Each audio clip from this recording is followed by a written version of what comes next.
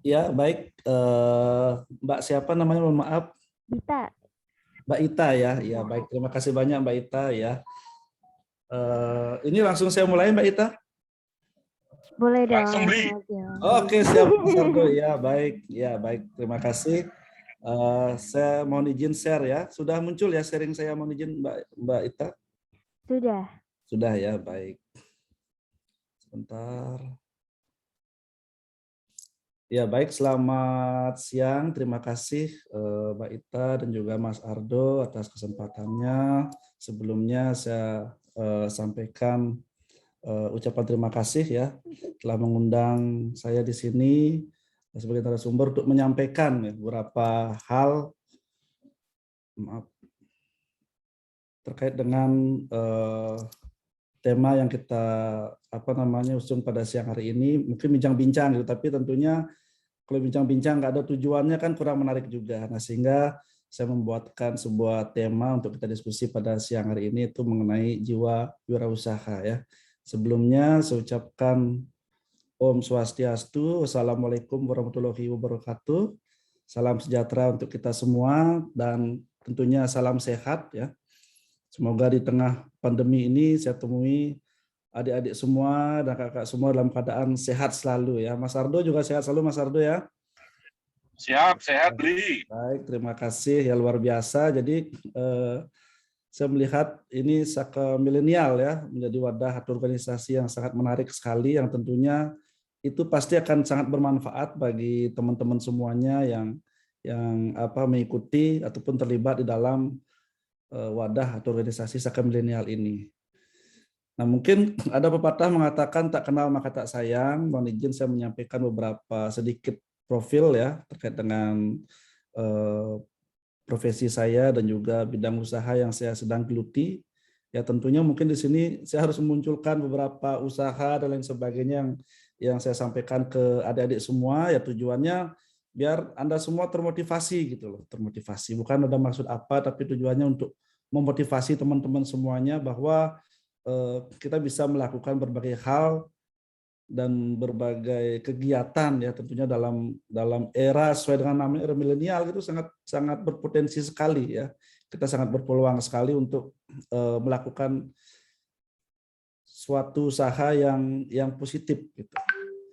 Nah, nama saya Imade di Purwantara, tadi sudah disampaikan oleh Mbak Ita, sudah disebut ya. Saya saat ini ditugaskan atau mendapat mandat sebagai Direktur Politeknik Nasional Denpasar dari tahun 2018 dan sekaligus juga di bidang lembaga yang lain itu sebagai Direktur Bisma Informatika Indonesia juga dan juga saya memiliki beberapa rintisan usaha gitu ya, beberapa usaha yang saya geluti yang tentunya mohon maaf apa yang saya sampaikan ini bukan bermaksud apa-apa, bukan bermaksud menyombongkan diri dan lain sebagainya, tapi untuk teman-teman gitu ya, untuk motivasi teman-teman agar lebih giat lagi dan lebih berusaha lagi untuk melakukan segala sesuatunya ya.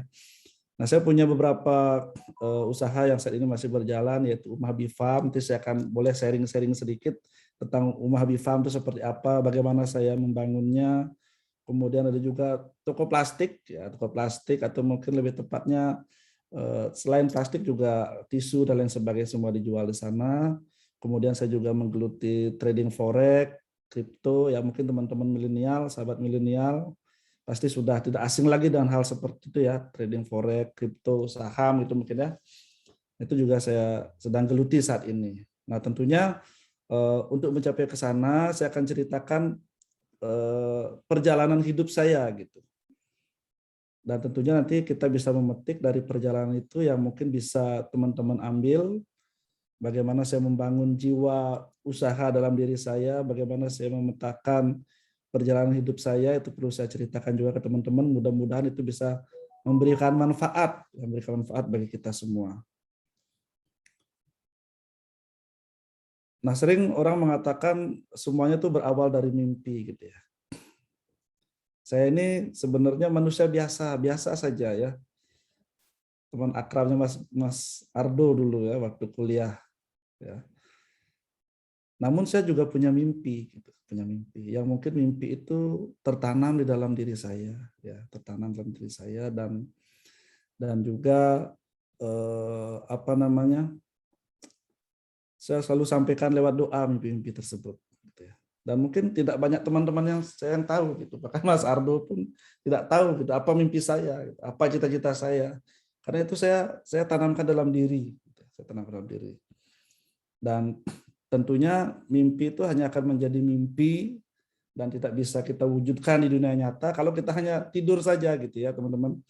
Jadi kita harus mewujudkannya dengan usaha dan kerja keras. Pasti itu ya, usaha dan kerja keras. Nah, saya pun dulu waktu kuliah ataupun waktu SMA murid ataupun mahasiswa yang biasa saja, yang suka bergaul dengan siapa saja, ya, harus terbuka. Karena kalau menurut saya untuk kita meraih masa depan maupun kesuksesan maupun wirausaha, networking itu sangat penting. Jadi jangan pernah sekalipun kita menutup diri untuk berinteraksi dengan orang lain. Karena semua orang itu punya kelebihan.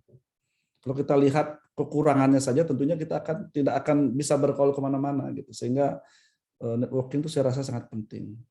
Jadi waktu kuliah, waktu SMA, ya saya suka bersosialisasi dengan teman-teman, kemudian suka bangun networking. Ya. Tapi saya juga punya sebuah mimpi yang mungkin tidak pernah saya ceritakan kepada siapapun, ya. Kecuali pada diri saya dan pada Tuhan tentunya ya. Karena beliau yang maha menentukan, yang mungkin akan bisa mewujudkan apa yang menjadi mimpi kita. Gitu. Nah, yang menarik ketika saya lulus SMA, gitu, saya merenung lulus SMA, nanti saya kuliah kemana, nanti saya mau jadi seperti apa. Itu saya dari lulus SMA itu saya sudah mulai terbesit gitu dalam pikiran saya ya. Dan lulus SMA sekarang dengan dulu mungkin agak sedikit berbeda ya. Saya tuh lulusan tahun 99 ya. Mungkin di bayangan teman-teman wah kayaknya jadul banget gitu ya. Padahal saya dan Mas Ardo mungkin merasa baru setahun yang lalu rasanya gitu. Nah, jadi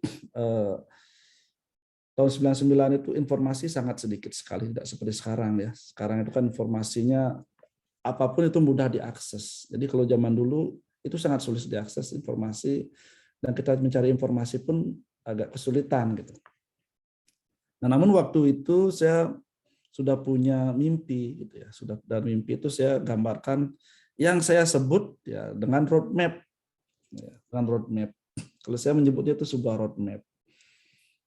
Dan kalau sekarang saya menyebutnya roadmap kehidupan. Ini yang sering saya ceritakan kepada mahasiswa-mahasiswa saya. Ya, jadi mahasiswa saya walaupun saya ngajar mata kuliah misalnya pemrograman ya karena basic saya IT, tapi saya juga memberikan hal seperti ini ke mereka, yaitu tentang roadmap kehidupan.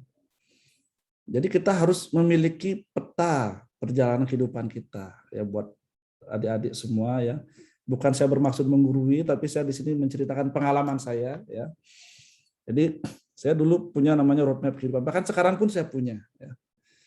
Di mana roadmap kehidupan itu saya buat tujuan yang nyata dan jelas. Misalnya, wah saya pengen punya mobil Ferrari gitu. Boleh nggak? Ya boleh aja.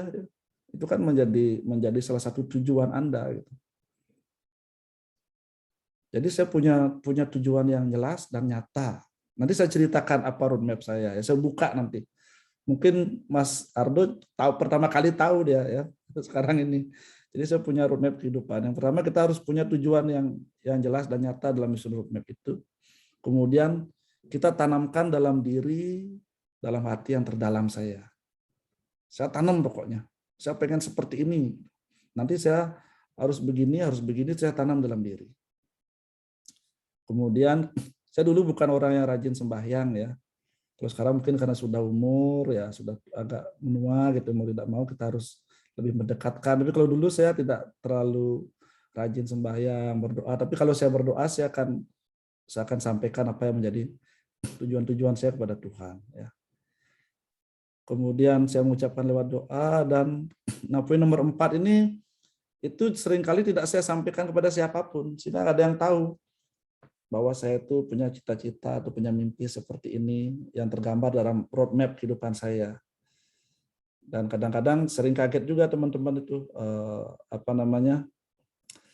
wah kok bisa ini gitu. Mereka enggak tahu gitu. Bahwa itu sudah memang saya sudah planningkan mau seperti itu gitu. Tapi mungkin akan lebih baik kalau disampaikan ya. Karena saya mungkin waktu itu belum punya rasa percaya diri yang cukup bahwa saya merasa kayaknya sulit nih mencapai itu gitu. Jadi saya benar-benar simpan dalam hati. Tapi saya tetap aktif bergaul dengan siapapun tetap ya. Kemudian yang kelima tetap harus diusahakan. Apa yang sudah menjadi roadmap kita, ya. Kalau saya menyebutnya itu perjanjian saya dengan Tuhan lah gitu. Ya. Jadi Tuhan saya pengen menjadi seperti ini, nanti umur sekian saya pengen menjadi seperti ini, tolong wujudkan mimpi-mimpi saya ya. Semacam proposal lah ya. Saya rasa penting itu. Jadi proposal itu kita ajukan bukan hanya ke perusahaan tapi kepada penguasa jagat raya juga perlu kita ajukan proposal seperti itu ya. Nanti saya akan berjanji melakukan ini. Jadi saya usahakan. Nah itu kira-kira gambaran roadmap yang saya buat. Nah namun nyatanya roadmap yang saya miliki dulu ketika tamat SMA itu seperti ini teman-teman ya. Dan ini saya buat ya, ketika saya menjelang lulus setelah saya lulus SMA ya, mau kuliah ya, saya sudah punya semacam roadmap pada diri saya. Bahkan orang tua saya enggak tahu. Mungkin seperti tadi, karena saya belum begitu percaya diri untuk menyampaikan itu. Saya punya roadmap, yang pertama itu lulus SMA saya akan kuliah komputer. Pokoknya komputer aja. Waktu itu kan jarang ya. Waktu itu belum begitu booming IT. Waktu itu masih sangat jarang. Pokoknya di IT, di komputer. Karena di Bali waktu itu belum ada kampus IT, akhirnya saya kuliahnya di Jogja. Ya. Dan dalam roadmap tersebut saya susun juga saya kuliah tuh maksimal 4,5 tahun. Kok bikin target kok 4,5 tahun, Pak? Kenapa nggak 4 tahun atau 3 tahun gitu? Ya saya logis saja sih ya. Saya juga tidak terlalu mengejar akademik saja, tapi saya juga perlu networking. Saya mikirnya gitu. Saya perlu punya banyak teman, perlu punya banyak sahabat, perlu punya banyak rekan ya.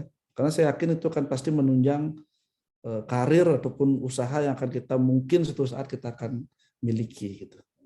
Jadi saya 4,5 tahun itu saya rasa cukuplah untuk kita belajar, untuk kita bersosialisasi, untuk kita melakukan aktivitas-aktivitas yang positif ya.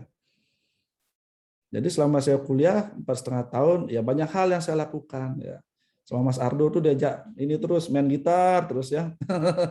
Kemana-mana bawa gitar gitu. Kalau enggak main game ya, tapi saya ikuti itu. Saya ikuti let it flow lah gitu ya. Tapi untuk mewujudkan roadmap saya itu mereka satu hal yang mereka lupa. Saya kadang-kadang oke lah pagi saya main, siang main, pagi kuliah, siang main, malam balik ke kosan.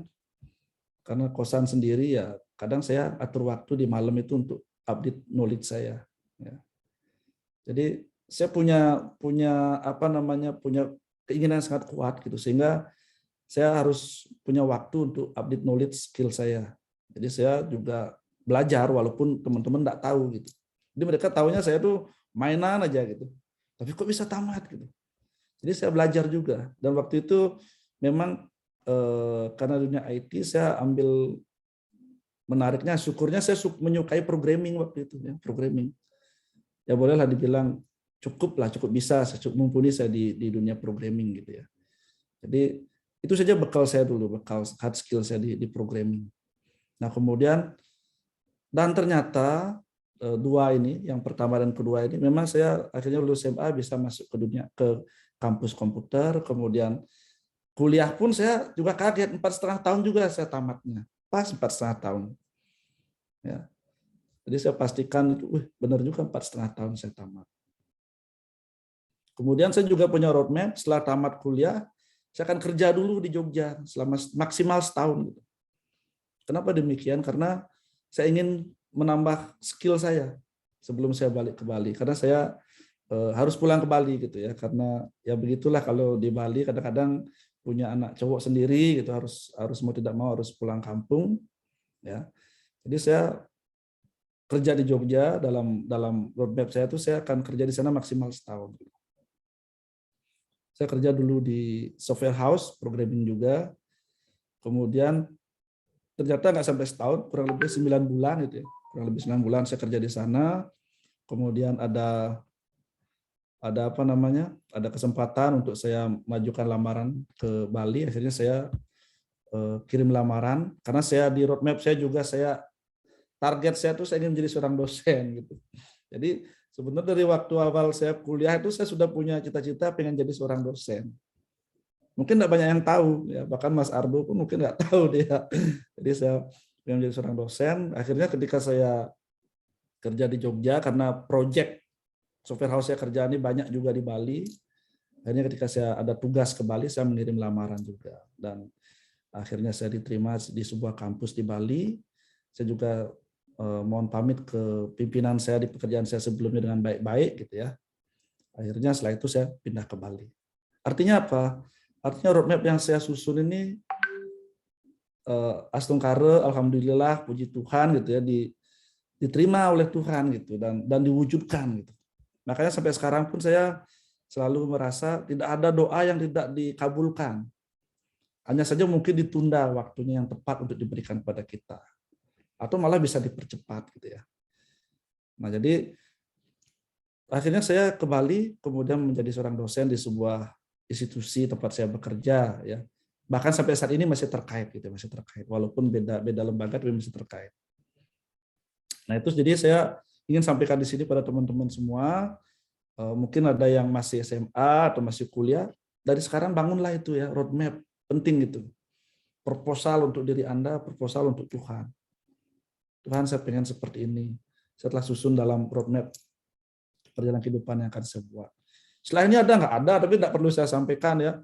Harus punya istri, harus punya anak dan lain sebagainya. Nah, satu lagi, saya dulu pengen punya anak 4 gitu. Itu juga saya masukkan di roadmap saya dan benar ya, anak saya 4. Nah, kemudian nah ini sedikit tentang usaha ya, usaha apa yang pernah saya lakukan karena jiwa usaha ini sangat penting sekali. Terus terang ketika saya masih kuliah, jiwa wirausaha saya tidak begitu muncul. Ya. Tidak begitu muncul, tidak seperti teman-teman yang lain memang dari kuliah sudah punya jiwa untuk bisnis gitu. Kalau saya terus terang aja waktu kuliah belum, sangat disayangkan gitu. Artinya apa? Artinya kalau teman-teman mungkin memulai jiwa entrepreneur itu dari saat SMA, di saat kuliah itu sangat bagus sekali. Apalagi sekarang ya, sekarang dengan era digital seperti ini, Anda punya sesuatu, Anda tinggal posting di sosmed, di marketplace, itu bisa menjadi penghasilan tambahan buat Anda ya. Nah, ini beberapa usaha yang mungkin pernah saya lakukan, pernah saya geluti, dan ini rata-rata saya lakukan setelah saya kuliah ya. Kalau waktu kuliah mungkin lebih banyak ngambil kerjaan ya, kerjaan tambahan sama Mas Ardo juga sering dulu ya. Di IO, tapi bukan ke bisnis arahnya. Kerjaan tambahan itu sering. Bisa ada kerjaan ini kita ambil ya. Nah, kemudian ketika selesai kuliah, ketika saya mulai bekerja menjadi dosen, saya melihat di sana ada banyak peluang-peluang, potensi-potensi yang bisa ambil, dan saya tidak pernah merasa malu gitu. Nah, itu yang perlu ditekankan pada teman-teman semua. Ketika masuk ke dunia usaha, menjadi entrepreneur, jangan pernah malu. Kadang-kadang ada beberapa yang mohon maaf mau jualan malu ya. Kayaknya kok menawarkan produk pertama kali itu susahnya luar biasa gitu ya. Pernah terbayang nggak misalnya adik-adik di sini ada yang baru akan memulai jualan, ketika menawarkan produk pertama kali kepada seseorang itu kayaknya kok sulit sekali gitu. Nah, itulah yang saya alami juga waktu pertama kali. Saya pertama itu jualan parfum. Karena saya suka merawat diri saya gitu waktu saya masih muda, artinya suka yang wangi-wangi. Memang suka saya hal seperti itu. Akhirnya saya ketemu dengan salah satu distributor, kemudian saya jualan parfum pernah. Tapi jualan parfum di lingkungan kantor, ke teman-teman, gitu, tidak sampai buka toko. Dan ya lumayan bagus gitu. Cuman itu bertahan kurang lebih 2 tahun. Karena setelah itu saya sudah berganti posisi dan lain sebagainya, saya tidak memungkinkan saya untuk melakukan atau meneruskan usaha saya itu. Kemudian saya pernah membuka usaha namanya Umah Media. Yang merah-merah itu sudah nggak jalan lagi gitu ya sekarang ya, udah nggak jalan lagi. Saya buat warna merah, jualan parfum dan Umah Media itu sudah nggak jalan. Umah Media itu sebenarnya bagus ya, karena sesuai dengan profesionalisme saya sebagai seorang dosen dan juga programmer. Jadi saya buat Umah Media ini dulu untuk membuat sebuah website ya, jadi banyak website villa hotel yang saya handle, ada beberapa ya. Kemudian dulu ada tren namanya SEO, mungkin ada yang dari IT di sini pernah mendengar SEO, Search Engine Optimization ya. Itu juga saya handle beberapa villa dan hotel ya. Namun seiring dengan berjalannya waktu, ya kembali karena saya memang bekerja dan saya fokus di pekerjaan saya, akhirnya itu baru ketika saya menjabat di Politeknik ini, akhirnya saya tutup dulu rumah medianya. Saya tidak bisa terjun secara langsung karena memang butuh waktu juga dan umur juga. Kadang-kadang saya harus begadang sampai malam untuk membuat proyek, menyelesaikan proyek ya, walaupun memang sudah ada timnya, tapi saya bukan tipikal orang yang bisa kerjakan ini, selesaikan. Nah, itu kurang bagusnya saya di sana gitu. Saya harus terlibat juga di dalamnya untuk memastikan semuanya berjalan dengan baik. Nah, akhirnya sementara rumah media ini saya tidak aktifkan ya. Selain itu juga ada kejenuhan. Saya bekerjanya sudah di bidang IT, kemudian basicnya memang di IT, jadi ada kejenuhan di sana gitu. Jadi kerja tambahannya juga di IT, jadi kurang menyenangkan gitu bagi saya. Akhirnya saya memulai usaha yang lebih familiar, yang lebih menyenangkan bagi saya. Saya membuat Uma Bifam. Nanti saya jelaskan tentang Uma Bifam ini seperti apa. Kemudian toko plastik, kemudian saya beralih ke perkebunan ya. Sedikit sih, nggak banyak, cuman artinya kalau dulu perkebunan itu atau tegalan itu dianggap sebagai apa ya, tempat untuk menanam berbagai pohon dan tidak begitu produktif ya. Sekarang saya rubah menjadi sesuatu yang produktif dan ternyata bisa menghasilkan gitu. Kemudian trading tetap jalan ya, trading saham maupun kripto. Nah, itu usaha-usaha yang pernah saya lakukan. Nah, kemudian ini saya membangun Uma Bifam ya. Ini saya bangunnya di kampung saya ya, di kampung. Kalau saya tinggalnya di Denpasar, tapi kampung saya di Tabanan gitu. Jadi waktu pandemi kemarin yang PPKM itu, karena anak-anak juga nggak sekolah, anak saya ya online, istri juga WFH, ya saya masih kerja, tapi saya masih bisa lah kerja bolak-balik dari kampung ke Denpasar. Jadi saya tinggal di kampung kurang lebih 3 bulan kemarin tuh, dan saya akhirnya menyelesaikan ini proyek saya itu Uma Bifam. Uma Bifam itu konsepnya ternak lebah di rumah gitu ya. Apalagi masa pandemi ini kan banyak sekali kebutuhan akan nutrisi untuk menjaga imun. Salah satunya adalah madu itu, ya, madu. Jadi saya melihat potensi dan peluangnya cukup besar di sana. Jadi saya serius menggarap ini. Jadi target omsetnya itu berasal dari jualan madu asli tentunya, kemudian tanamannya, kemudian bibit lebahnya, dan termasuk juga rumah lebahnya. Nah, kenapa saya tertarik dengan ini? Karena saya pribadi sangat menyukai madu gitu ya. Jadi saya tuh fisik saya kadang-kadang agak kurang begitu bagus gitu ya, kurang begitu bagus. Jadi untuk menunjang fisik saya biar agak kuat tuh saya memang mengkonsumsi madu dari sebelumnya. Nah, namun saya sering karena pengalaman yang kurang pengetahuan yang tidak begitu baik tentang madu, dan juga mungkin madu yang saya dapatkan juga kurang bagus gitu ya. Sehingga akhirnya saya mendapatkan banyak madu yang mungkin ya tidak bagus ataupun madu yang tidak asli gitu.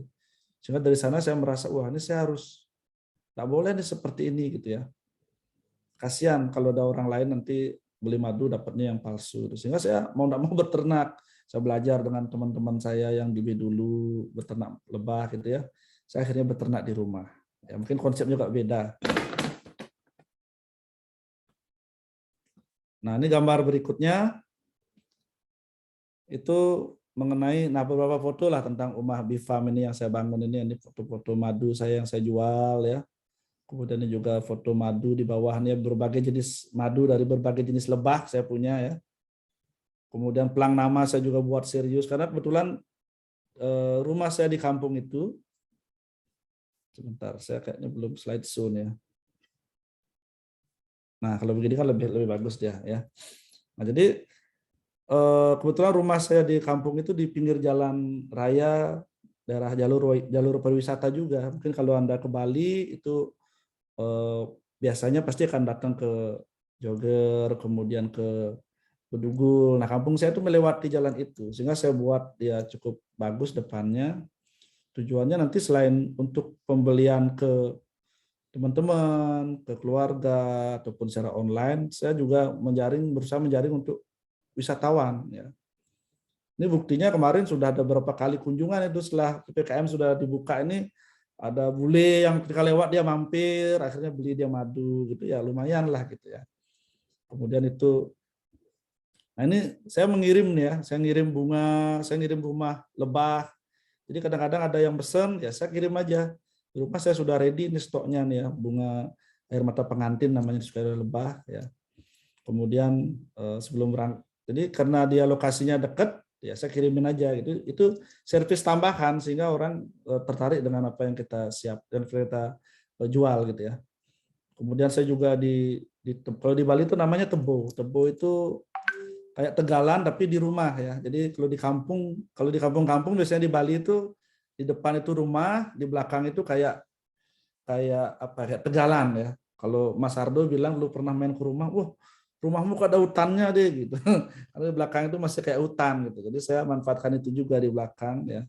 Anak-anak saya juga senang dia diajak seperti ini. Jadi bukan hanya saya menikmati, keluarganya juga senang gitu. Anak-anak kan suka dia bermain-main alam gitu ya. Dibandingkan kalau saya kemarin berbisnis di rumah media itu, saya sibuk sendiri, nggak bisa bareng sama anak-anak. Nah, di sini yang saya sukai adalah saya bisa melibatkan anak-anak saya untuk menyiapkan rumah madu, rumah lebah, menyiapkan pohon. Mereka sangat senang sekali dan antusias sekali. Ya. Nah, ini beberapa strategi yang mungkin saya lakukan untuk di usaha Umahabi Farm saya ini. Nah, yang pertama, kita harus memahami usaha kita. Jadi kalau adik-adik nanti membangun sebuah usaha, apapun usaha yang adik-adik bangun, itu adik-adik harus memahami. Walaupun saya membangun usaha saya itu katakanlah baru 6 bulan gitu ya, tapi sebenarnya saya mempelajarinya sudah dari 2 bulan sebelum usaha itu dibangun. Jadi tidak serta-merta kita langsung bangun gitu aja, enggak. Kita harus mempelajari dulu. Kalau sekarang kan banyak sekali media untuk belajar, ya. YouTube, internet, banyak sekali. Jadi saya juga mencari informasi di sana. Saya pelajari dulu, Kadang-kadang istri saya, pokoknya ayah mau bikin apa lagi nih gitu pertamanya kan. Jadi saya pelajari, saya tonton informasinya, akhirnya saya bangun dan bisa berjalan gitu. Jadi kita harus memahami usaha kita, apa yang kita bangun, kemudian kita harus membangun brand juga. Paling tidak brand image kita. Jadi kalaupun kita brand dari usaha kita belum ada, tapi brand image kita sudah kita bangun. Mulai dari posting di sosial media yang kita miliki ya. Misalnya Anda jualan madu gitu ya, posting aja sesuatu tentang madu. Manfaat madu, lagi 3 harinya lagi posting tentang ini. Oh, berarti orang itu berpikir, oh ini expert di madu nih, ahli madu gitu. Sehingga ketika mereka mencari informasi tentang madu, mereka akan membutuhkan informasi dari Anda.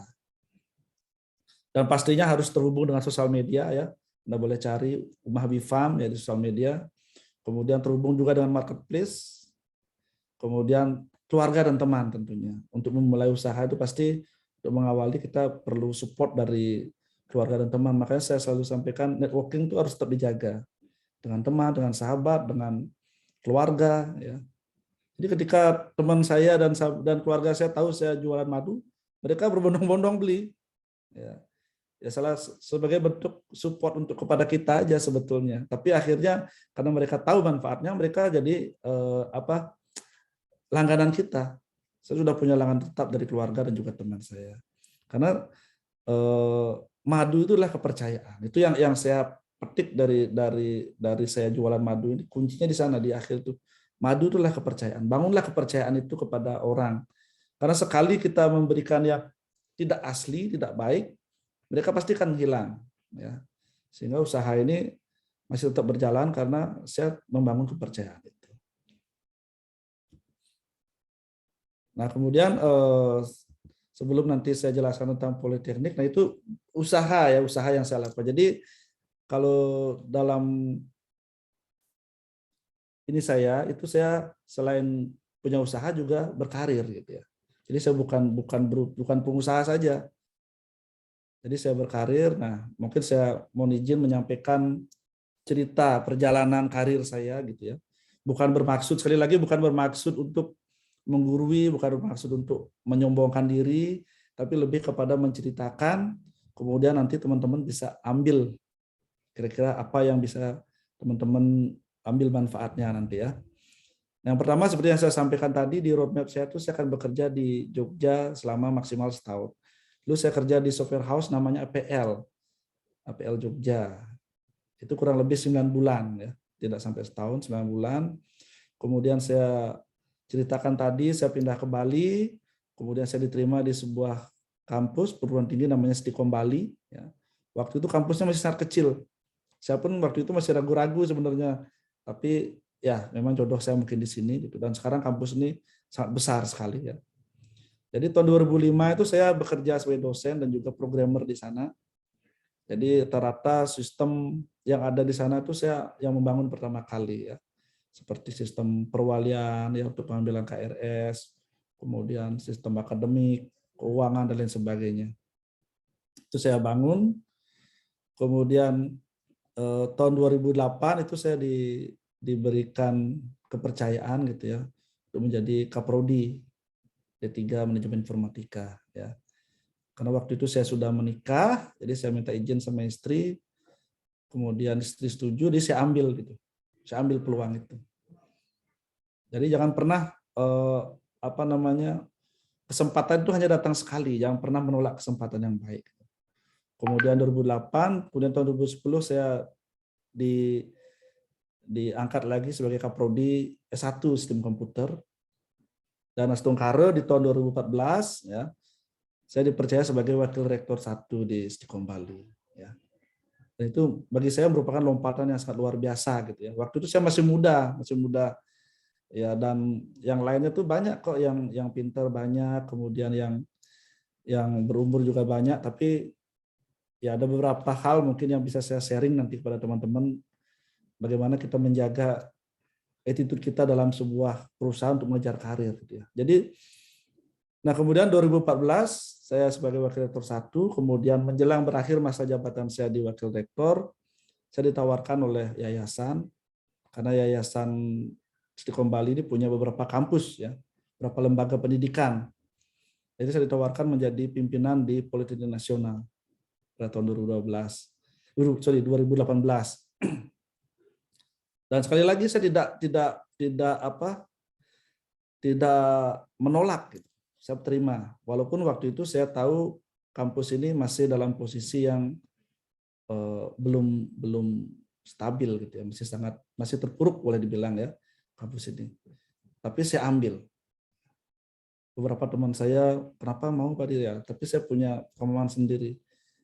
Ya, jadi saya ambil, kemudian saya jadi direktur di Politeknik Nasional sampai sekarang, kemudian juga direktur di Bisma Informatika Indonesia. Lembaga pendidikan juga ya di saat yang bersamaan, jadi saya dipercaya menjabat di dua lembaga tersebut gitu. Jadi itu merupakan bagi saya pribadi prestasi yang luar biasa gitu ya. Apakah sudah sukses? Ya kalau kesuksesan kan susah diukur ya.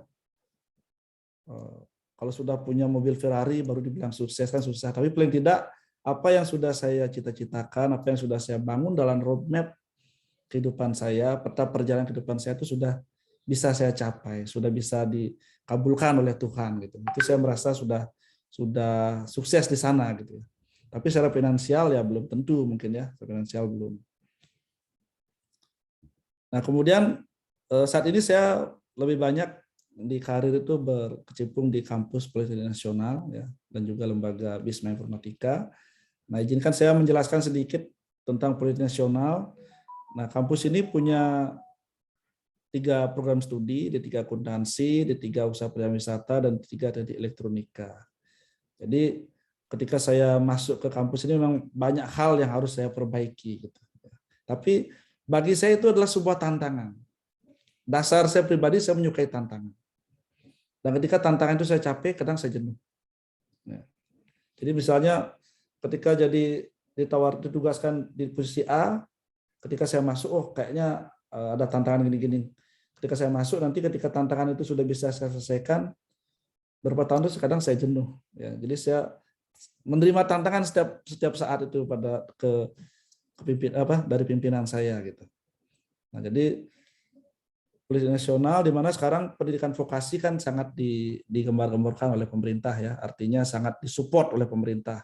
Karena memang pendidikan vokasi seperti politeknik ini mampu menjawab permasalahan bangsa kita, di mana masalah pengangguran dan lain sebagainya. Karena memang politeknik itu dia mensyaratkan 60% praktek, 40% teori. Kebalik dengan akademik ya, kalau akademik kan 60% teori, 40% praktek. Jadi kalau adik-adik lulus SMA itu ingin masuk ke pendidikan tinggi itu ada 2 jalur, pendidikan akademik atau pendidikan vokasi. Nah ini bikin saya kasih pemahaman dulu sedikit. Jika ingin lulus nanti kuliah bekerja, lebih condong pendidikan vokasi karena pendidikan vokasi itu 60%-nya praktek minimal ya, 40%-nya teori.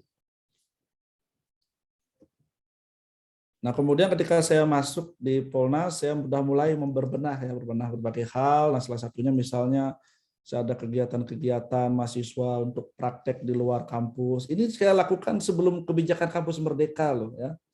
Kalau sekarang kan sudah umum ini karena sudah kampus merdeka itu wajib memang ada kegiatan seperti ini. Tapi ini saya lakukan sebelum ada kebijakan kampus merdeka.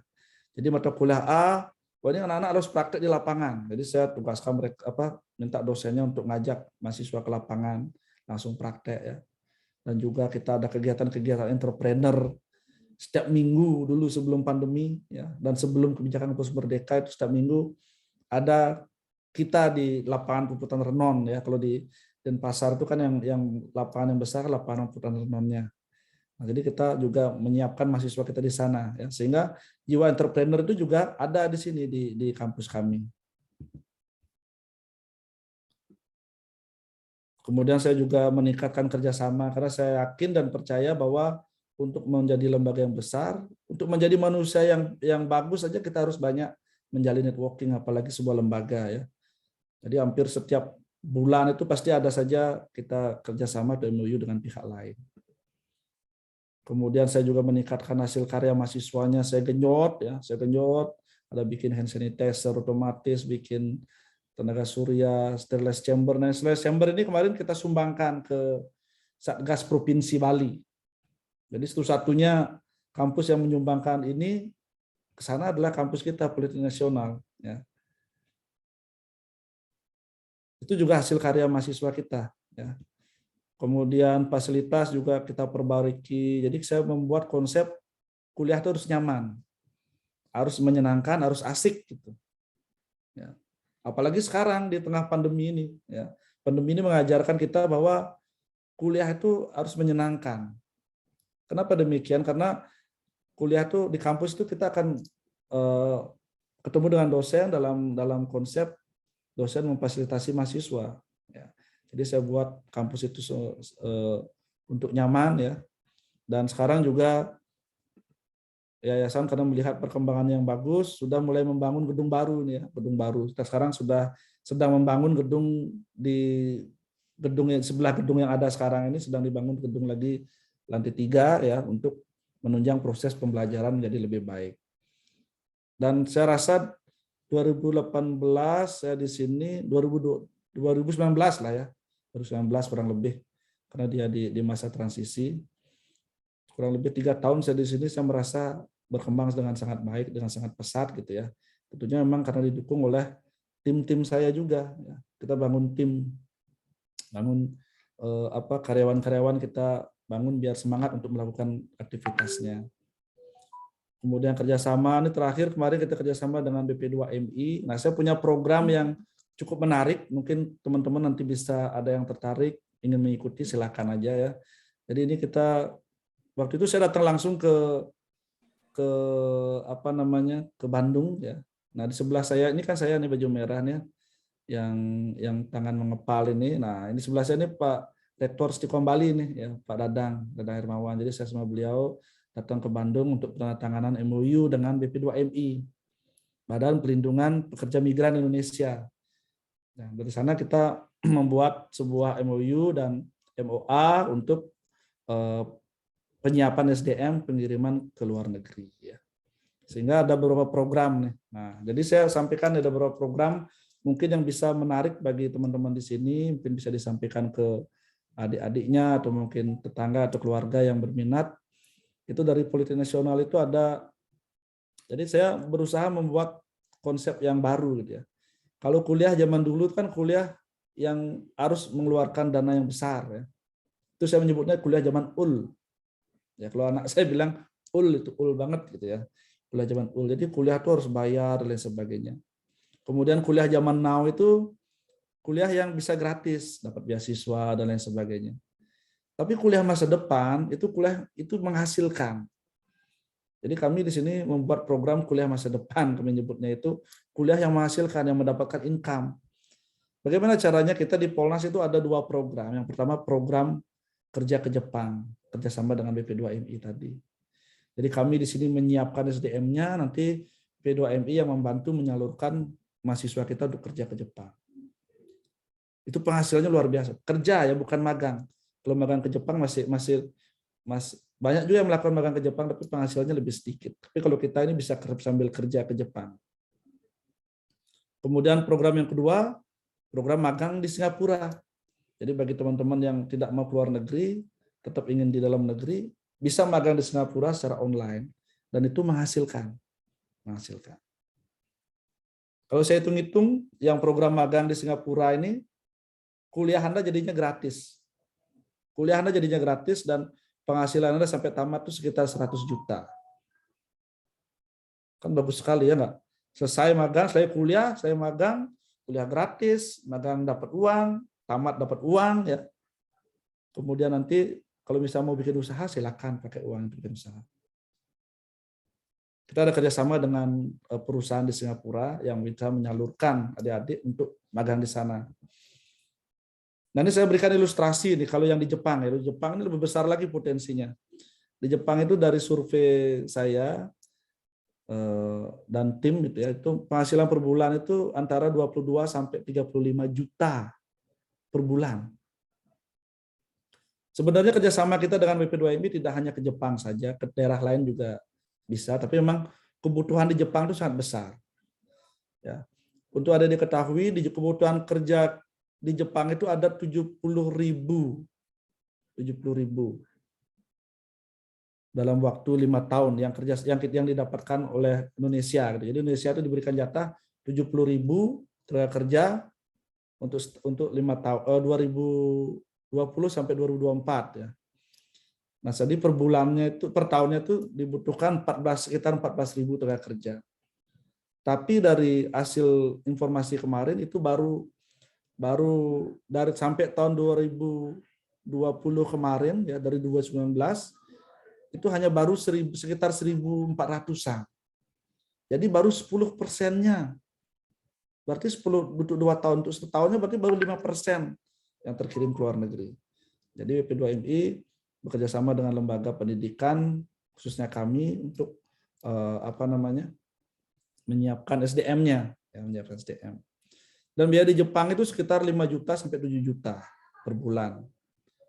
Nah, anggaplah kemungkinan terburuk penghasilan per bulannya 22 juta, ya paling rendah diambil. Dan biaya hidupnya 7 juta. Mendapatkan penghasilan bersih selama 5 tahun, ya berarti 5 kali 12 kali 15. Jadi pulang-pulang itu bisa bawa uang 900 juta. Potensinya sangat besar sekali. Nah, jadi begitu kuliah di Polnas, ikut program ini, selesai, dapat uang, bawa uang lagi 900 juta, bisa bangun rumah, bisa bikin usaha, ya, bisa nikah dan lain sebagainya. Ya. Nah itu beberapa program yang ada di Politik Nasional ya. Nah jadi dari hal-hal yang saya sampaikan tadi, saya ingin menyampaikan bahwa ada beberapa hal penting yang perlu kita miliki, baik dalam kita berkarir maupun dalam kita membangun wirausaha ya. Baik adik-adik berkarir maupun bangun wirausaha. Yang pertama adalah soft skill. Tolong soft skill-nya selalu ditingkatkan. Ya. Soft skill itu seperti attitude kita, ya, attitude kita terhadap atasan, terhadap orang lain, cara kita berkomunikasi dengan orang lain. bahkan sampai kemampuan manajemen. Ya. Bagaimana caranya melatih soft skill? Ya seperti ini, Anda tergabung dengan komunitas, ya, Anda tergabung dengan organisasi, itu salah satu cara untuk melatih soft skill Anda. Kalau hard skill itu sangat penting juga, tapi biasanya kalau pengalaman saya hard skill itu untuk kita entry, untuk kita masuk. Ya. Misalnya kerja di perusahaan apa misalnya A, dia membutuhkan seorang graphic designer gitu misalnya. Ya Anda harus menguasai graphic designer. Kan tidak mungkin cuma bisa komunikasi bagus tapi tidak menguasai kan tidak diterima ya nggak. Anda harus menguasai itu. Tapi untuk menunjang karir Anda ke depan itu soft skill-nya perlu ditingkatkan. Soft skill-nya wajib dimiliki. Bagaimana attitude Anda, komunikasi Anda dengan tim Anda, bagaimana Anda komunikasi dengan atasan, dengan pimpinan, bagaimana kemampuan manajemen Anda. Itulah yang akan membawa karir Anda menjadi lebih baik. Ya. Kadang-kadang banyak yang lupa gitu ya. Fokus di hard skill-nya saja. Soft skill-nya diabaikan. Akhirnya karirnya tidak begitu baik. Jadi untuk menunjang karir itu soft skill sangat penting. Dan yang kedua, bangun kepercayaan. Baik Anda bikin usaha maupun di karir itu penting sekali bangun kepercayaan. Kepercayaan terhadap atasan, kepercayaan terhadap pimpinan, owner, ya, kepercayaan terhadap orang lain kalau Anda punya usaha, itu harus dijaga. Anda janji misal mengerjakan seminggu, ya kalau bisa 5 hari udah selesai, wah kan bagus sekali, ya enggak? Nah, dan yang terpenting, terakhirlah berani ambil peluang dan tantangan. Karena tidak banyak orang yang berani ya mengambil peluang dan tantangan. Karena udah takut duluan, wah nanti jangan-jangan begini. Ambil. Ya. Analisa, gunakan kata hati Anda. Kalau itu bagus, silakan diambil. Harus berani mengambil peluang dan tantangan. Nah, itu beberapa hal penting yang mungkin bisa saya sampaikan dari cerita-cerita saya tadi ya. Mohon maaf sekali lagi, saya tidak bermaksud menggurui, tidak bermaksud menyombongkan diri gitu ya. Tapi dari cerita tersebut ada beberapa hal penting yang perlu Anda catat, ya seperti ini ya, soft skill, bagaimana bangun kepercayaan, bagaimana kita berani ambil peluang ya. Baik, saya rasa itu mungkin yang bisa saya sharingkan ya di siang hari yang cerah dan membahagiakan ini ya. Mudah-mudahan apa yang saya bagikan ke teman-teman, apa yang saya sharingkan ke teman-teman itu bisa memberikan manfaat bagi Anda semua ya, dalam baik Anda berkarir maupun dalam berwirausaha.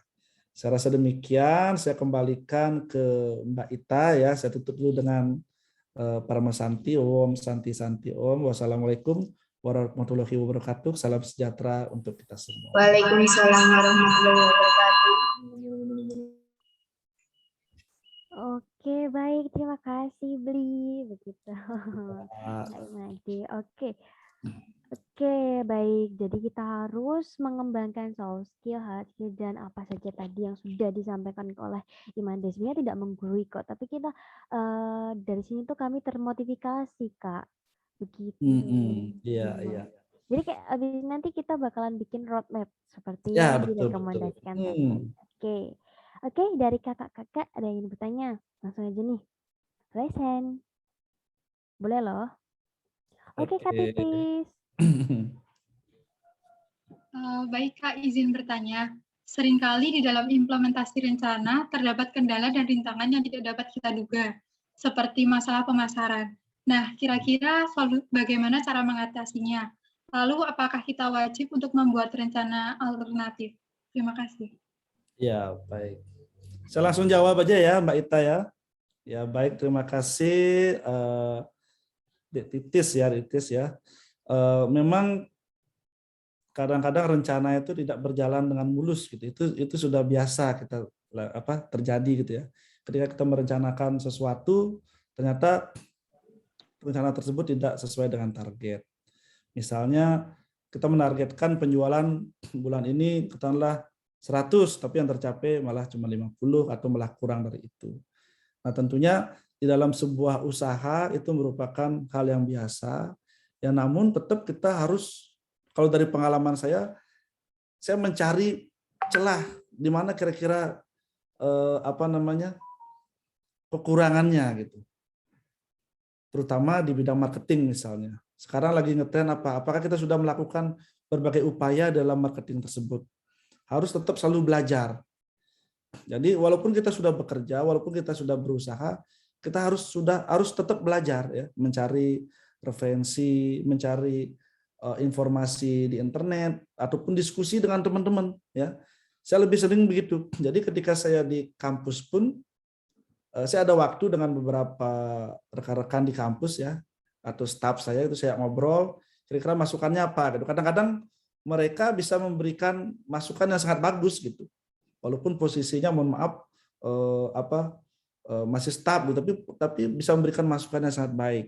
Dan juga dengan teman-teman mungkin bisa di-sharingkan kira-kira apa strateginya yang bisa dilakukan gitu ya.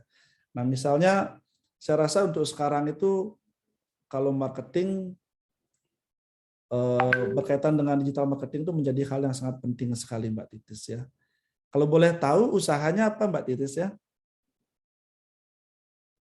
Belum ada Kak, cuma sekedar tanya buat Oh sharing-sharing aja. gitu, belum ya? Wah, udah takut duluan berarti nih. Nanti kalau gagal gimana gitu ya. Saran saya gini, kadang-kadang kalau kita menyiapkan sesuatu terlalu detail, akhirnya nggak jadi. Pernah nggak terbayang gitu ya? Misalnya kita udah janjian sama teman-teman nih, nanti bulan depan tanggal sekian kita ngumpul ya gitu. Sudah dicatat tanggalnya semua sudah oke, akhirnya batal, ya nggak? Karena sudah di-prepare dengan baik. Tapi malah sesuatu yang artinya jangan juga terlalu tidak menyiapkan gitu. Disiapkan tapi kalaupun ada rintangan nanti tengah jalan pasti ada peluang untuk kita memperbaiki itu. Sebagai contoh misalnya saya ketika jualan madu ini, ketika Umabi Farm ini jalan, awalnya saya hanya jualan madu saja. Jualan madu dari teman saya. Teman saya ternak, dia menghasilkan, itu yang saya jual. Tapi kemudian terjadi karena pemasukannya kurang dan juga kepercayaan orang untuk membeli madu kan butuh, ini benar nggak ini ternaknya gitu kan. Nah jadi saya buat juga tempat Umabi Farm tersebut. Jadi sambil jalan Mbak Titis ya, saran saya sambil jalan, sambil nanti ketika tantangan itu ada dicari solusinya. Kalau dari sekarang kita terlalu memprepare, jika begini nanti begini, jika begini nanti begini, akhirnya nggak jadi gitu ya. Kadang-kadang kan itu yang sering terjadi. Kadang-kadang kita takut nanti ada nggak yang beli ya. Nah contohnya yang saya ceritakan tadi kebun saya ya. Kalau di tempat saya itu rata-rata tegalan itu isinya pohonnya banyak. Nangka sedikit, durian sedikit, pepaya sedikit. Jadi tidak begitu produktif dalam artian dari sisi ekonominya tidak memberikan imbas yang begitu tinggi gitu, hanya untuk kepentingan konsumsi sehari-hari saja gitu. Nah, akhirnya saya di kampung itu tegalan saya ratakan semua. Saya tanamin dengan jambu kristal. Nah, memang di awal orang tua saya juga nanti ada nggak yang beli? Itu kalau ada yang beli gimana? Nanti kalau gini gimana gitu ya. Udah takut duluan, tapi saya bilang udah jalan aja dulu nanti sambil kita lihat di mana ada kelemahannya sambil kita perbaiki gitu. Tapi ya akhirnya ketika panen ternyata kebutuhan itu banyak gitu. Menyalurkannya mudah sekali gitu. Begitu panen misalnya dapat 20 kilo, ada yang mau beli nggak? Kita tinggal share di sosial media ya. Dan sekarang cepat itu nggak sampai sehari itu bisa habis gitu.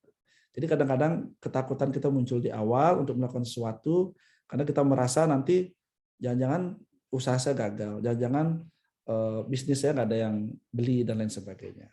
Ya.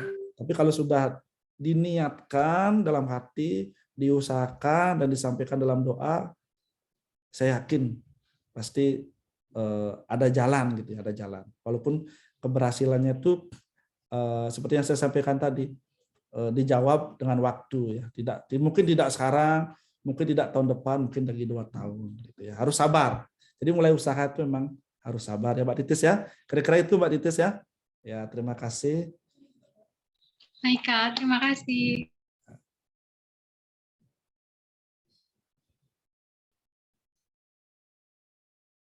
Oke, terima kasih Kak Titis. Mungkin dari Kak yang lain nih. Boleh nih langsung aja nanya. Oke, jadi jangan takut untuk berwirausaha dulu ya Kak. memplanningkan sesuatu boleh, tapi jangan nanti ketakutan itu membuat Anda untuk takut beraksi gitu. Dan Ya. mimpi akan hanya jadi mimpi tanpa aksi.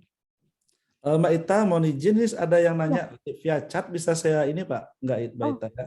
boleh Kak. Ya, ini ada dari SMA Negeri 2 Grabag ya. Ini ada yang menanyakan, Kak izin bertanya, bermain internet yang menghasilkan uang selain bermain game, berjualan online, serta bermain medsos, apa ya Kak? Itu ya, baik.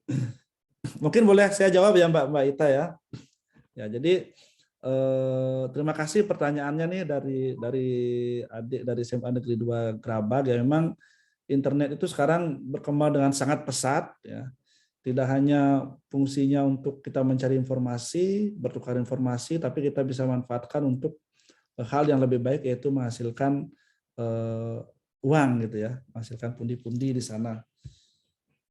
Nah, memang banyak sekali peluang yang bisa kita ambil ketika kita manfaatkan internet itu. Salah satunya adalah pastinya yang paling mudah berjualan online.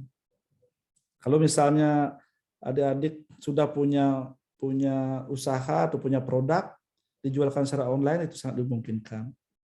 Atau mungkin tidak perlu punya produk, cari produk lain itu juga bisa ya. Nah, saya punya pengalaman yang menarik dulu ketika saya kan ada kelas berjualan online gitu ya di suatu kabupaten di Bali. Nah, jadi 7 hari sebelum saya mengajar kelas di sana, saya harus praktekkan dulu gitu. Jadi waktu itu ada dagang, dia jual tali layangan ya. Kalau di Bali itu kan kalau lagi musim layangan tuh rame Mbak ya, rame. Jadi sampai ada yang jual tali layangan. Itu saya mampir ke tokonya dia, Pak ini berapa satu? Dia bilang itu 75. Bukan 90. Kalau saya ambil banyak bisa kurang, bisa sambil 10 ya, saya bayar 75 satu sebelum itu. Oh iya gitu. 75 satu. Tapi saya nggak langsung beli gitu. Saya titip aja dulu gitu. Tapi saya pasti beli Pak sebenarnya. Oh ya, yang penting sepakati harga dulu. Terus saya foto, saya upload, saya posting, ternyata laku. Dan saya jual itu 150. Itu udah 100% untungnya, ya enggak? Tapi itu untuk contoh aja kemarin itu saya ngajar, saya langsung tunjukkan pada saat saya mengajar di sana itu. Nah, sehingga berjualan online itu sebenarnya bisa sangat mudah untuk dilakukan. Tapi yang jelas bangun kepercayaan. Jangan sekali-sekali kita melakukan sesuatu itu dengan maksud yang kurang baik, apalagi sampai menipu dan lain sebagainya gitu ya. Nah, selain itu juga kalau saya sendiri seperti yang sempat saya singgung di awal itu, saya melakukan trading forex, ya trading saham, kemudian kripto juga ya. Tapi adik-adik sebelum ke sana sebaiknya dipelajari dulu, ya apapun itu dipelajari dulu. Itu bagus sekali ya, trading kripto itu sangat menarik sekali di era sekarang ya. Kenapa demikian? Kenapa saya tertarik di sana gitu? Saya terus terang aja baru nih ya, baru mungkin belum begitu expert juga. Kalau ditanya detail juga saya belum bisa menjawab dengan detail sekali. Tapi yang saya menarik adalah saya pernah melihat tayangan di televisi di YouTube itu orang-orang Abu Dhabi ya kan kaya-kaya itu ya, punya mobil-mobil mewah-mewah itu, orang luar negeri. Ketika ditanya kenapa kamu bisa kaya gitu, ada yang wawancarai gitu, dia bilang saya ikut Bitcoin, saya trading kripto. Kenapa kamu bisa kaya? Saya trading forex. Rata-rata jawabannya seperti itu. Makanya setelah saya mendengar itu saya langsung mencari informasi gitu ya, informasi, dan akhirnya saya memutuskan untuk terjun di sana walaupun tidak begitu banyak dan belum expert saya di sana ya. Tapi itu menjadi salah satu peluang. Mungkin kalau teman-teman atau adik mau, silakan cari-cari dulu informasi dan referensinya baru kemudian masuk ke ranah itu. Jadi sekali lagi untuk yang dari SMA Negeri 2 Grabag ya, sangat banyak potensi dan juga peluang untuk Anda berbisnis berbasiskan dengan internet. Itu kira-kira mungkin yang bisa saya bantu jawab ya. Kemudian ada langsung nih lagi satu nih Mbak ya. Iya, dari Kak Maria, SMA STL. Maria dari SMA PL Fun. Kak izin bertanya, untuk dunia pekerjaan saat ini memang diperlukan hard skill dan soft skill, namun seiring dengan perkembangan era modern ini itu sebagai soft skill kadang tidak dipentingkan kembali. Bagaimana pendapat kakak terhadap hal tersebut? Karena penuh tidur ini mempengaruhi bentukan karakter. Bagaimana untuk kakak supaya kami tidak mudah hanyut pengaruh dengan hal tersebut? Ya, baik. Saya rasa soft skill itu masih tetap ya, tetap.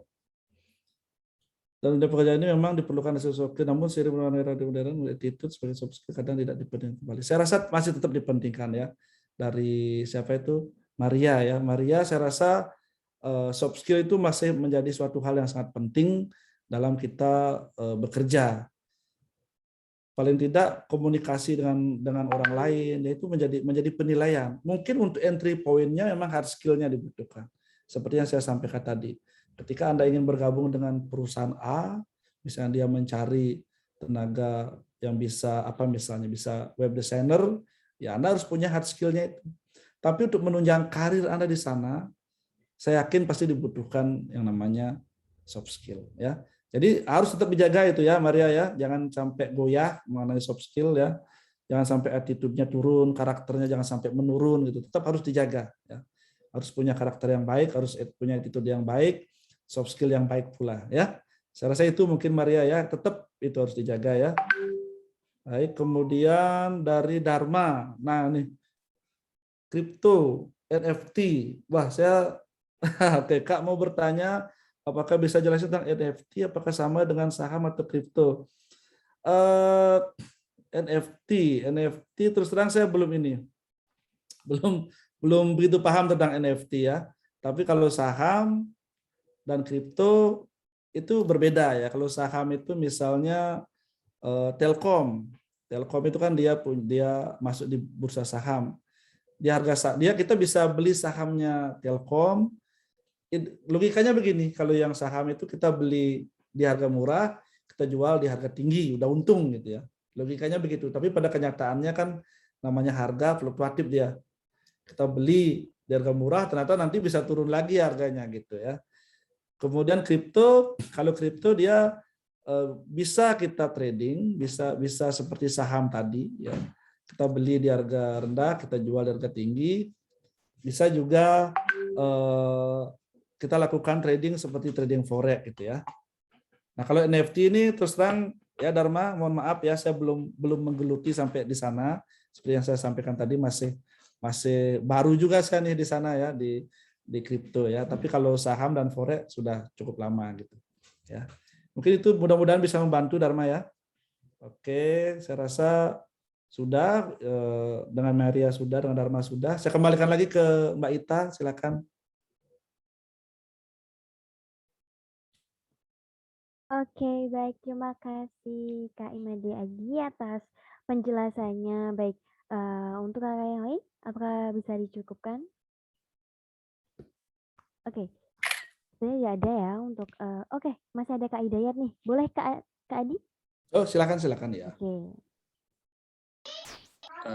Baik, terima kasih Kak Dita. Mohon izin bertanya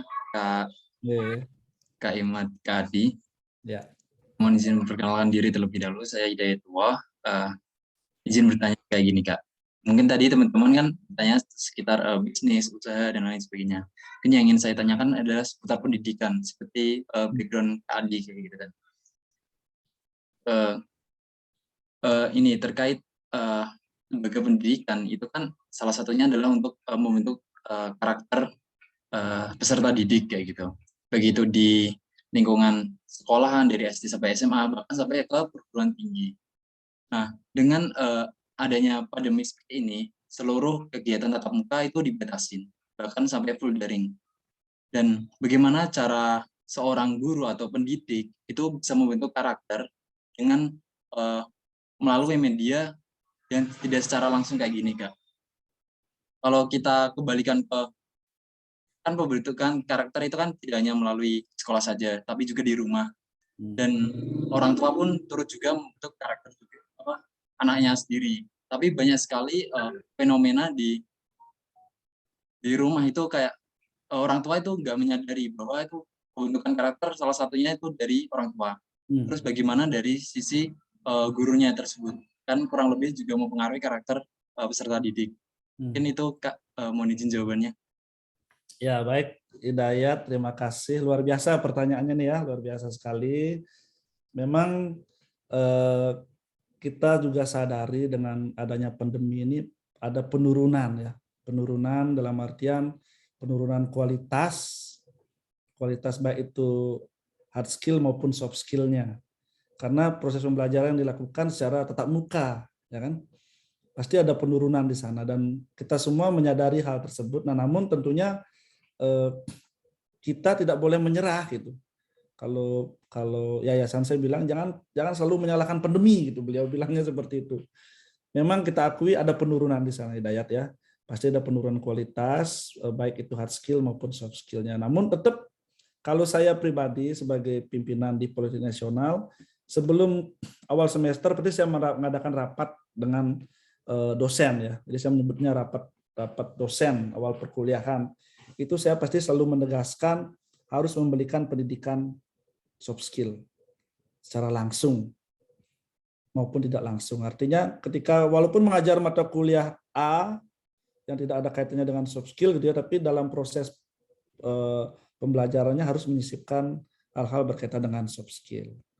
Jadi harus tetap dijaga itu. Memang seperti yang Dayat sampaikan tadi menjadi tantangan juga sebetulnya itu di kami juga di lembaga pendidikan dan orang tua juga, betul juga itu ya. Ketika saya misalnya anak-anak saya nih, saya punya anak SMP, SD, TK, yang satunya masih bayi, yang 4 anak saya sudah. Nah, jadi yang karakternya beda-beda sekali SMP, SD sama TK itu. Nah, ketika mereka awal pandemi memang sulit sekali menyesuaikan. Bagaimana nih kira-kira mendidik karakternya ya? Karena yang dulunya kita larang mereka bermain HP, jangan gunakan HP. Nah, sekarang mau tidak mau mereka harus memanfaatkan HP tersebut itu ya. Nah, di sana juga kalau saya pribadi sebagai orang tua berusaha mendampingi. Tapi sulit juga sebetulnya ya. Apalagi anak yang SD sama SMP itu mereka sudah punya dunia sendiri. Sering main game FF gitu ya. Mungkin adik-adik tahu ya game FF. Akhirnya apa? Akhirnya saya terlibat di sana. Saya ikut main game FF. Ya tujuannya apa? Bukan tujuannya apa? Untuk mengontrol mereka. Mereka biar merasa saya terlibat di dunianya mereka dan mereka juga tidak berani terlalu jauh gitu loh. Dan saya batasi. Jadi akun anak saya tuh saya semua masukkan di sini dan saya bisa melihat apa yang mereka akses. Kemudian saya juga membatasi satu hari itu berapa jam gitu ya. Satu hari itu berapa jam. Dan kalau ingin mendapatkan lebih, Anda harus melakukan sesuatu. Saya kayak gitu di rumah. Jadi ada perjanjian dengan anak-anak saya ya. Jadi misalnya saya tuh standarnya 6 jam sehari kasih mereka fasilitas untuk AP ini untuk anak saya yang SMP dan SD. Tapi ketika mereka ingin mendapatkan lebih, mereka harus melakukan suatu usaha. Misalnya menyapu, mengepel, ya, kemudian menjaga adiknya, kemudian membantu sembahyang dan lain sebagainya. Sehingga itu menjadi poin-poin. Oh ya, kamu sudah melakukan ini, saya tambahkan lagi sejam. Nah, di sana saya merasa adalah perhatian kita dan juga saya melihat pendidikan karakter itu juga bisa ditanamkan melalui model seperti itu ya. Tapi Hidayat memang saya akui ada sedikit penurunan gitu ya. Tapi tetap walaupun dengan media online kita tetap selalu menanamkan bagaimana pentingnya soft skill, bagaimana soft skill itu agar selalu dijaga ya. Misalnya kalau kuliah presentasinya. Jadi dengan presentasi itu kan mereka sebenarnya belajar komunikasi. Misalnya kalau saya ngajar nih, paling saya 3 kali pertemuan keempatnya saya minta presentasi. Yang lainnya saya wajibkan untuk bertanya. Nah itu salah satu bentuk untuk meningkatkan soft skill daripada mahasiswa. Nah sekarang sudah mulai pandemi mulai berakhir, tatap muka sudah mulai dibuka, saya rasa sudah mulai bisa lagi nih diangkat tentang soft skill-nya lagi, mulai ditingkatkan. Itu mungkin Hidayat ya, mudah-mudahan bisa menjawab ya. Ya Kak, siap Kak Ati. Ya. Terima kasih banyak Kak Ati. Ya, sama-sama nggih. Oke, baik. Terima kasih Kak Hidayat atas pertanyaannya. Oke, langsung aja nih kepada Kak Imadadi. Dipersilakan untuk memberikan closing statement-nya untuk kakak-kakak yang ada di sini. Ya, baik. Terima kasih ya teman-teman semuanya, adik-adik semuanya, kakak semuanya yang sudah hadir pada siang hari ini. Jadi seperti yang saya ceritakan tadi, pengalaman berdasarkan dari pengalaman kehidupan saya gitu ya. Jadi saya rasa teman-teman harus selalu menjaga hard skill dan soft skill. Jangan kita terlalu fokus di satu titik, tapi dua-duanya harus kita jaga ya. Dan juga jangan lupa kita selalu membangun roadmap atau rencana besar perjalanan hidup kita, karena itu kita anggap sebagai proposal kita kepada diri kita dan juga kepada Tuhan penentu alam semesta ya, karena beliau yang maha menentukan. Dan lakukanlah dengan sebaik-baiknya ya, dan jangan lupa segala peluang, segala tantangan itu diambil ya. Saya rasa demikian mungkin Mbak Ita dan juga kakak-kakak, adik-adik pramuka semuanya. Salam sukses untuk Anda dan salam sukses di karir maupun di wirausaha nanti ke depan. Saya rasa demikian. Terima kasih. Selamat siang. Selamat siang. Terima kasih Kak Imade Adi. Yang Kak. Mohon izin saya boleh live ya Mbak Dita ya. Terima kasih. Jangan dulu beli. Ya Mas Bro. Nggak ada yang nanyain sama beli Made ini bahasa Jawa dong, tolong gitu. Dia pasti campur sari loh guys. Kalian itu tertipu dengan pakaiannya dia. Padahal dia itu kalau di mobil dengerinnya campur sari. Iya betul Mas. Dulu penggemarnya almarhum Mas Deddy Kempot ya. Jadi waktu saya di Jogja itu kan ngekos, kebetulan tuan rumah saya tuh almarhum juga sudah. Beliau tuh suka dengerin wayang gitu depan kamar saya, lagu campur sari. Akhirnya saya juga menyukai lama-lama. Oh, nggak mau ya Kak ya. Tapi omongku Beli, thank you banget beli. Iya, sama-sama Mas Ardo. Aku baru sampai Jogja nih beli. Oh gitu, siap. Nggih. Ya, terima kasih Mas Ardo, teman-teman semuanya ya. Selamat siang. Thank you beli. Yuk, sama-sama Bro.